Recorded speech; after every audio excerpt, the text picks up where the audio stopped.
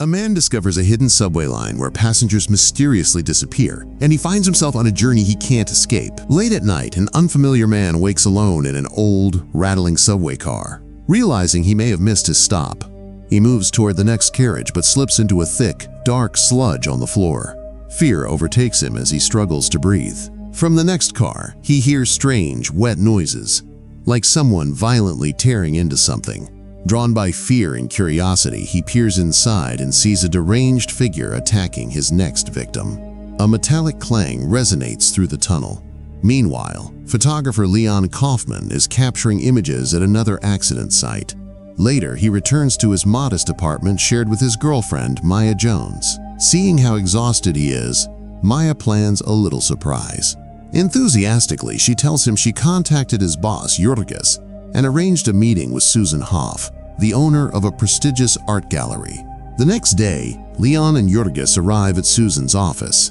Leon explains his work is raw, gritty street photography, but Susan remains unimpressed. She criticizes his portfolio as lacking depth and daring. Susan challenges him to explore the city's darker corners and capture something truly unsettling. For now, she rejects his work. That night, restless and discouraged, Leon wanders the city seeking inspiration. He arrives at a nearly empty subway station. On the steps, he spots three men harassing a young woman named Erica. Leon begins photographing them. One man notices and approaches aggressively. Leon continues shooting, capturing the man's threatening expression, then points to a nearby security camera to intimidate him. The tactic works. The men release Erica and leave. Erica thanks Leon, giving him a quick kiss before entering the train. The doors almost close, but a tall, well-dressed man holds them open. She smiles at him as she steps inside. As the train begins to move, Erica puts on her headphones to relax. Suddenly, the same man appears behind her and strikes her with a hammer. Later, as Leon flips through a newspaper, a headline shocks him. A well-known model has vanished. To his horror, it's Erica. Disturbed, Leon decides to give the photos of her attackers to the police. Detective Lynn Hadley takes the case, but that same day, Leon shows the new photos to Susan again. This time, she's impressed and asks him to prepare more striking images for her upcoming gallery show in 3 weeks. Meanwhile, in one train car, 3 passengers chat quietly, sharing rumors about recent subway vanishings. Suddenly, the train veers from its usual route. The woman glimpses a tall, menacing figure moving toward them. Panicked, she warns the others, but they dismiss her fears. Without warning, attacks. He strikes one man with a hammer with horrifying force, then drives a meat hook into the second man's chest, lifting him off the ground. The woman tries to escape but slips into a dark puddle. Mahogany notices and approaches her slowly. The second man grabs Mahogany's leg in a desperate attempt to survive, but the killer ends it with a merciless swing of his hammer. The woman cannot escape either. Mahogany strikes her down with chilling precision. At the subway entrance, searching for compelling faces to capture, his eyes lock on Mahogany, who is ascending the escalator. There's something so ominous about the man that Leon can't resist snapping a few photos, then decides to follow him discreetly. Turning a corner, Mahogany suddenly halts, as if sensing he's being observed. Leon freezes. After a tense moment, he tries to walk past casually, but Mahogany seizes his arm. Leon notices a ring with a detailed 8-pointed star on the man's finger. Startled, he quickly explains he only wanted a few photographs. Surprisingly, Mahogany lets him go. The man walks away, and Leon watches him enter a nearby hotel. Back home, still shaken, Leon develops his photos. His eyes widen. He sees the same star-shaped ring on the hand of the man who had held the subway door for Erica. Now he is certain. Mahogany is the mysterious figure the city has been whispering about. From that moment, Leon becomes obsessed with tracking him. He shadows Mahogany through the city, capturing more photos, and discovers he works as a professional butcher. Intrigued, Leon waits until Mahogany's shift ends and follows him secretly to the subway station. Mahogany is on edge, constantly scanning his surroundings, spending hours sizing up his next unsuspecting target. Leon keeps snapping photos, documenting every move. Finally, the right train arrives and Mahogany boards. Leon tries to follow but is stopped by a police officer asking to inspect his camera. Inside the car, a large man mocks Mahogany. Glancing out the window, he lashes out, swinging his hammer and knocking the man down, only to freeze. The butcher drops the hammer as a strange crimson liquid drips from the other man's mouth. A mysterious figure with a knife takes advantage of the distraction and lunges at Mahogany. A brutal struggle erupts, and their shouting catches the attention of the train operator, Mahogany's silent accomplice. Without hesitation, shooting the attacker in the head while sneering at Mahogany for the mishap.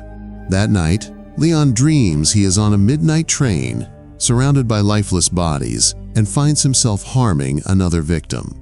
Waking in cold sweat, he realizes how consumed he has become by thoughts of Mahogany. The next day, he retreats to a quiet library and combs through old newspapers from the late 1800s. One fragile headline hints at a butcher suspected of similarly gruesome acts. Then, disguising himself as a butcher, Leon sneaks into the slaughterhouse where Mahogany works. He quietly photographs the men handling animal carcasses. Suddenly, Mahogany notices him. Leon bolts, but the butcher grabs a rusted meat hook and gives chase. In a desperate attempt to hide, Leon slips between hanging carcasses. Clutching a hook to steady himself, he freezes, hoping Mahogany won't spot him. Minutes pass, but just when he thinks he's safe, he feels the butcher right behind him. Panicked, he bursts free, knocking over frantic workers, and miraculously escapes. That evening, Leon goes to Maya's cafe to apologize.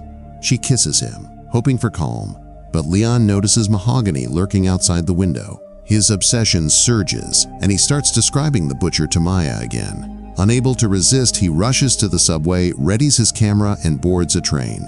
In the next car, he spots Mahogany and watches him silently. At the final stop, new passengers board, and soon they suffer the same horrifying fate. Trembling, Leon films the brutal scene. Then, he witnesses something even more grotesque. Mahogany tears teeth and eyes from the victims, shaves off nails and hair, and hangs the bodies upside down. Leon continues filming, heart pounding, until their eyes meet. Mahogany smirks, and Leon bolts through the cars in terror. The butcher catches up and slams Leon's head forcefully against the glass. When Leon awakens, he finds himself hanging upside down in a derelict subway car, his body entwined in thick, slimy black tendrils. Darkness overtakes him again. Later, he regains consciousness at the slaughterhouse where Mahogany works. Somehow, Leon escapes and makes it home. Locked in the bathroom, he notices strange black circular marks on his chest. Shaken, Leon shows Maya the marks. She urges him to call an ambulance, but he stops her. He insists that Mahogany is behind the disappearances. The butcher murders his victims on the midnight train, then stashes their bodies at the slaughterhouse, directly above the abandoned subway line. Leon tells her he captured the horrors on film, but Mahogany stole his camera. Now the only proof is the mark on Leon's chest. Spotting a hotel sign in one of the photos sparks an idea for Maya. Together with Jurgis, they plan to sneak into Mahogany's room to recover Leon's camera. Carefully, they enter. Jurgis examines the butcher's gruesome tools, while Maya searches the bathroom. Opening a cabinet above the sink, she freezes in horror. Shelves lined with jars containing pieces of human skin. Suddenly, sensing danger, Mahogany returns. Meanwhile, Jurgis locates Leon's camera in a closet, but Mahogany appears behind him, hammer raised. Maya slips from the bathroom and finds the butcher's satchel. Inside are centuries-old train schedules, with dates of past crimes marked in red. She hears a creak from the bedroom and checks on Jurgis. Peeking behind the closet door, she glimpses Mahogany's broad shoulder and bolts, narrowly escaping. Back on the streets, Maya grabs a gun from a cafe, determined to act. Suddenly, Hadley appears, clearly surveilling her, and demands the train schedules again. Maya points the gun at him, unwavering, demanding to know Jurgis' location. Finally, Hadley confirms Jurgis is on the train, confirming Maya's suspicions about Mahogany and the disappearances.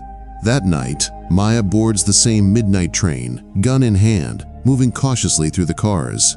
Leon spots her and, panicked, leaps onto the moving train, determined to save her from a terrifying fate. Maya keeps searching and soon finds Jurgis, still alive, dangling from a hook. pleading for help. She screams desperately and tries to free him, but the commotion draws Mahogany's attention. She fires at the butcher, but misses. Maya bolts, but Mahogany hurls a hammer, knocking her to the floor.